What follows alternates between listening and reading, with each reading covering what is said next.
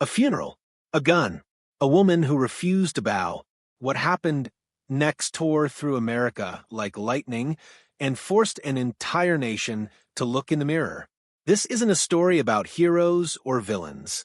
It's about the moment when silence became louder than any weapon, when one person standing still shook an entire system to its core. And when it was over, a single question remained: why did it take a gun pointed at her face for someone like her to finally be seen? Before we begin, if stories about courage and justice matter to you, hit that like button and subscribe. This one will stay with you long after it ends. Now let's dive in. This was a military funeral, the kind where grief isn't allowed to scream, where tears fall quietly if they fall at all, where everything, the folded flag, the polished boots, the rows of medals pinned to silent chests, speaks in a language older than words. Honor. Rows of chairs sat beneath ancient oak trees. Families dressed in black. Children in miniature uniforms, too young to understand death, but old enough to feel its weight. At the center of it all, draped in the American flag, was a casket. Inside it lay a soldier who had given everything for a country that promised to remember. And standing at the edge of that sacred ground, about to step forward and fulfill a promise she made years ago on a battlefield far from home, was General Elise Monroe. She arrived without fanfare. No motorcade, no entourage, just a black SUV that pulled quietly through a side gate, and a woman who stepped out wearing a uniform that told a story most people would never fully understand. For stars on her shoulder, ribbons across her chest, each one a scar, a battle, a moment when she chose to stand between death and the soldiers she commanded. In her hands, wrapped carefully in black cloth, was a small urn, the ashes of a comrade, a brother in arms, someone she had promised long ago that she would never forget. The guards at the gate saw her and saluted instinctively, not because they were told to, but because they knew. They recognized the weight she carried, not just in her hands, but in the way she walked. Steady, unshaken, like someone who had crossed through fire and come out the other side, still believing in something. But one man did not salute. Officer Robert Hasker stood in the middle of the path, arms crossed, eyes cold as unfinished concrete. He was in charge of security that morning, and the moment he saw Monroe approaching, something inside him twisted. He didn't see a general. He didn't see a decorated soldier. He saw something that didn't fit the picture in his head, a black woman in a uniform he believed she had no right to wear. And so, without warning, without reason, he stepped directly into her path. The sound of his palm slamming onto the hood of the SUV echoed across the cemetery like a gunshot. Harsh, violent, so out of place that a young soldier holding the ceremonial flag nearby flinched and dropped it to the ground. The entire funeral froze. A child in the front row, dressed in a perfect miniature uniform, shoes polished, hands folded, looked up at his mother and whispered, "Is that man yelling at her?" The mother didn't answer. She couldn't. Her fingers clenched the mourning cloth in her lap, so tightly her knuckles turned white. Monroe stopped. She didn't flinch, didn't step back. She simply stood there, her gaze moving slowly from Hasker's hand, still red from the force of the slap, up to his face. And then he spoke. "I thought you were with the choir," he said, his voice dripping with contempt. His eyes scanned her uniform like it was a cheap costume. Not a general. Monroe said nothing. She reached into her jacket, pulled out her military ID, and held it up with calm precision. The kind of calm that comes from years of walking through war zones where panic gets people killed. Hasker barely glanced at it. He didn't even reach for it. "They fake these things real well nowadays," he said loudly, making sure everyone could hear. "Especially the ones trying to prove something." A sound came from the row of mourners. Someone stifling a sob, or maybe grinding their teeth. No one could tell. Monroe lowered her arm, tucked the ID away, and took one step forward toward the casket. That's when Hasker raised his arm, blocking her. "You can't go through," he hissed. "This is a restricted ceremonial zone. You're not on the approved list." An older veteran seated behind them, A former army captain with silver hair and a chest full of medals leaned toward his neighbor and whispered, "Are we burying a soldier or burying honor itself?" The whisper didn't travel far, but it struck a nerve in everyone who heard it. And still no one moved. No one stepped in. Not because they agreed with Hasker, but because they didn't know if the system would stand with them if they did. Monroe didn't budge. Her polished black shoes stood less than a pace from Hasker's, and in her eyes there was no rage, no pleading, just something colder than contempt. A silent refusal that needed no voice. The sky darkened. A gust of wind swept across the cemetery, lifting the flag on the casket for just a moment before it fell still again, like it was kneeling. And then, without warning, without reason, without anything resembling justification, Hasker's hand moved to his belt. The sound of metal scraping against leather cut through the silence like nails on glass. He drew his gun and pointed it directly at Monroe's chest. The entire cemetery held its breath. Mothers pulled their children close. Veterans who had survived wars they never spoke about felt their hearts stop. A lieutenant on the left side of the crowd opened his mouth to shout something, anything, but no words came out. Because this wasn't a battlefield. This wasn't a war zone. This was a funeral, a sacred space, a place where the only weapons allowed were memories and tears. And yet there it was, a Glock, pointed at a four-star general, in the middle of a ceremony meant to honor the dead. Monroe didn't move forward. She didn't step back. She stood perfectly still, her hands holding the urn, her gaze steady, unshaken. And in that frozen moment, when the entire nation seemed to hold its breath, one truth became louder than any command ever issued. This was no longer about protocol. This was about fear and power, and a man who had just crossed a line that could never be uncrossed. The child in the front row whispered again, barely audible, "Mom, is he scared of her?" And somewhere, in the back of the crowd, a phone began to record. The video went viral in 4 minutes. Not 4 hours, not 4 days, for minutes. A journalism student, hidden in the bushes with a shaky phone camera, had captured everything. The gun, the funeral, the general standing perfectly still while a cop aimed a weapon at her chest. And the nation, already divided, already exhausted, suddenly had something it couldn't ignore. By the time the sun set that evening, the clip had been viewed over 10 million times. News anchors stumbled over their words trying to describe what they were seeing. Social media exploded, and one question echoed across every platform, every living room, every dinner table in America. Who is she? Her name surfaced like a tidal wave breaking through a dam. Elise Monroe, General, United States Army. The first black woman in history to hold operational control over 3 strategic combat units. But those were just titles, words on paper. What people discovered in the hours that followed was something far more powerful.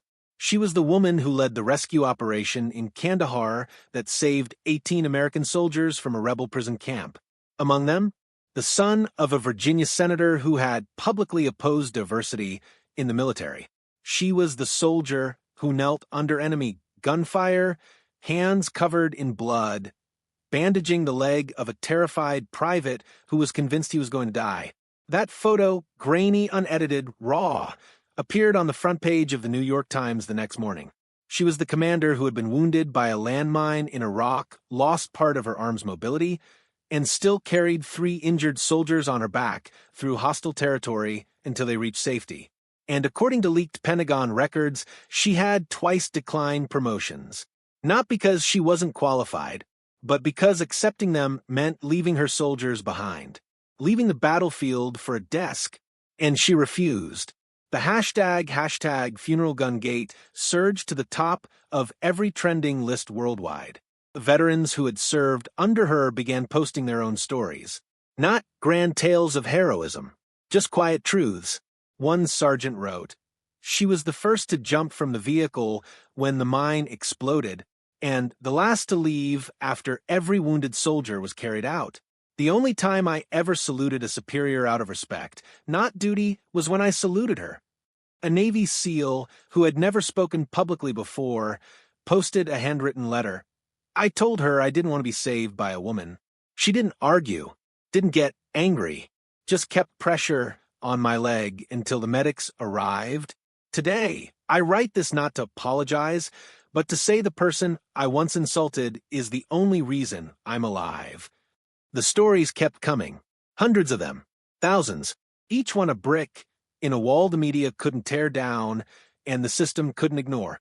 And then people started digging into the other name in that video, Robert Hasker. What they found was a trail of rot that had been buried for years. In 2012, Hasker had applied to join the military. He passed the physical tests, had no criminal record, but he was rejected after a psychological evaluation. The reason? Candidate displays signs of a damaged value system, exhibits uncontrollable responses when encountering individuals who surpass his criteria. He never forgot that rejection, and he never forgave it. In a complaint letter he wrote that same year, now leaked to the press, he had scrawled at the bottom, "If someone like me isn't allowed to serve, then people like them don't deserve to be called soldiers. People like them." The words hung in the air like smoke. A video resurfaced from 2016. Hasker, working as a school liaison officer, restraining a 10-year-old black boy on a playground. Zip ties around the child's wrists. The boy crying. Hasker's voice cold and detached. This one's wandering. Refuses to identify. Not allowed to move. The case had been closed in 3 days. Marked as handled according to protocol. A former female officer came forward on national television, her identity concealed for safety. She described how Hasker had slapped her in an elevator because she didn't stand at attention when he spoke. She filed a complaint. It disappeared, marked as original document missing, unable to verify. And then came the records. 10 years of internal police department logs. Hasker's name appeared 8 times. Complaints ranging from racially charged remarks to tampering with security footage. Every single one was dismissed, counseled. Insufficient evidence. No one called it protection, but no one was naive enough to call it coincidence. The federal courtroom was silent the day Monroe walked in. She wore her full uniform, every medal, every ribbon, not to boast, but to remind everyone in that room of one simple truth. What is paid for in blood, no one has the right to rewrite with words. When asked to sit, she refused. "I will stand," she said quietly. Her voice wasn't loud, but it didn't need to be, because the entire room understood. Today, she had no intention of sitting in a place where injustice had stood tall for far too long. Hasker's attorney stepped forward, a man in his 50s with sunken eyes and a smile like a blade hidden up his sleeve. "Ma'am," he began, "you wear your uniform today. Is that to make people forget you're the one who was hurt?" Monroe didn't flinch. "I wear the uniform," she said slowly, each word sharp as glass, "because the one I want to speak of no longer lives to wear it." The lawyer tried again. "Are you here today as a witness or a political symbol?" Monroe reached into her jacket. She pulled out a small box and placed it on the stand. Inside was a Purple Heart medal. "I have bled," she said, her voice steady. "I've nearly died. I left part of my body behind in a place no one dared fly over. And I do not need pity." The attorney sat down. There was nothing left to say. When it was her turn to speak, Monroe pulled out an old tactical map. Creased, stained with sand and sweat. She pointed to a spot in the Kunduz desert marked with 3 red circles. "I was ambushed here," she said. "Lost contact with headquarters for 3 days. No reinforcements. No satellite signal. But I still got 6 people out." She paused, looked directly at the jury. One of those 6 was the son of Senator Kramer, who I've been told once advocated against prosecuting Officer Hasker. The courtroom fell into a silence, so heavy it felt like drowning. And then came the confrontation no one expected. Hasker stood, not ashamed, not apologetic. He looked Monroe in the eye and sneered. "So you can shoot," he said, "but you can't stand to have a gun pointed at you." How amusing. Monroe didn't react. She didn't shout. She simply looked at him the way you might look at something broken beyond repair. You didn't draw your weapon because you saw me as a threat, she said softly. You drew it because you didn't believe I deserved to wear this uniform. Something you never qualified to put on. Her words cut through the air like a blade, and then she said the line that would be repeated for generations. That wasn't just a gun. It was a hand that never had the right to hold it. The verdict came swiftly. Life in prison, without parole. But when it was read aloud, Hasker didn't cry. He didn't beg. He laughed, a cold, bitter laugh that made everyone in the room feel like they'd just watched something die that they hadn't even known was still alive. In the end, he said, his voice echoing through the courtroom, "Guns don't kill. Fear does. And you're all terrified." No one replied, because part of what he said, twisted as it was, felt true. He had been a monster, but the system had fed him, protected him, promoted him, and now, with him finally locked away, the nation was left staring at a question it couldn't escape. If he was the symptom, then what was the disease? At first, it was just a small piece of paper, folded, wrinkled, stuck to the cold stone wall on the eastern side of Arlington National Cemetery. No name, no address, just 4 words written in trembling black ink. I turned my back. No one knew who left it, but within 3 days, there were hundreds more. People came quietly, alone, carrying guilt they'd held for years. They wrote apologies on scraps of notebook paper, on the backs of receipts, on pages torn from journals. Some were just one sentence. Some were crossed out and rewritten a dozen times. But every single one said the same thing in different words. I stayed silent when I shouldn't have. A 9-year-old boy wrote in faint pencil, "I don't know why adults have to relearn how to treat heroes." Next to it, a history teacher taped her note, "I never taught about Elise Monroe because I was afraid my students would ask why." A police officer, face hidden beneath a cap and sunglasses, arrived just past midnight. He stood at the wall for nearly an hour before finally pressing his note against the stone. We didn't stay silent because we didn't see. We stayed silent because we were afraid of seeing ourselves. By the 5th day, architecture students arrived with steel panels recycled from old detention center gates and built a frame, 3 meters tall, open in the middle so the wind could pass through.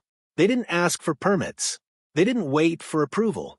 They just built it, and people kept coming, filling it with over 1,000 notes, each one a confession, each one a piece of a country trying to remember how to be honest with itself.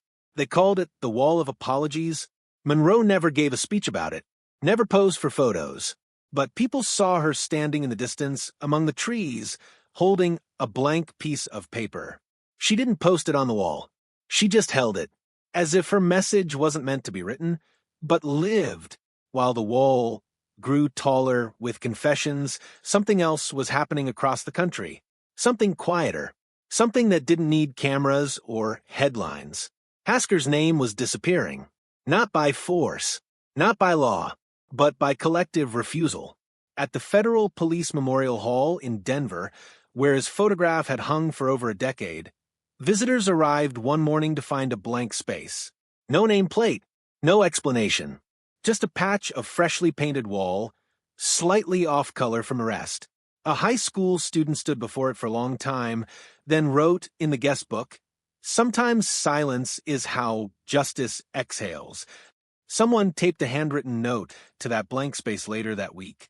Once hung here, a face no longer worthy of being seen, the note was removed within minutes.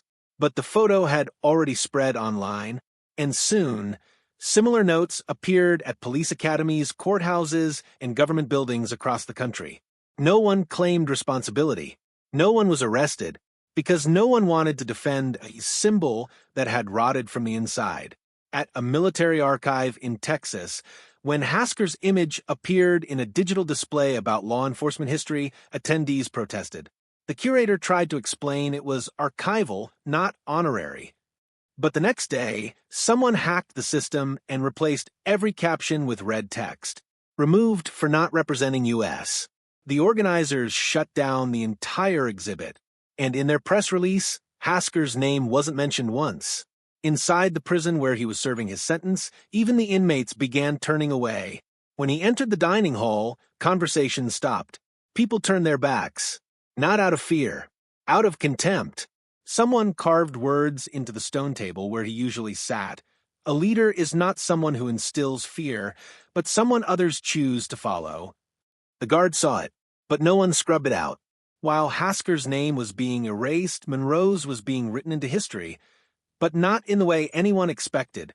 She didn't want statues, didn't want her face on murals or her name on buildings.